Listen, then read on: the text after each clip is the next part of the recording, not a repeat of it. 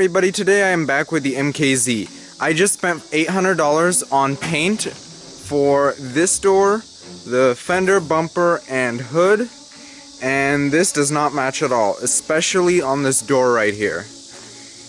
It is darker and more metallic than the rest of the paint, and from far away, this thing looks like crap, and there's nothing I can do about that. So I guess I'm just stuck driving an ugly car.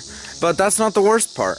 Right now, we have a noise coming from the rear wheels, and it's probably a wheel bearing, but it also has bad brakes and laggy steering. So this car, even though I am currently about $5,000 into it, could end up costing another $500.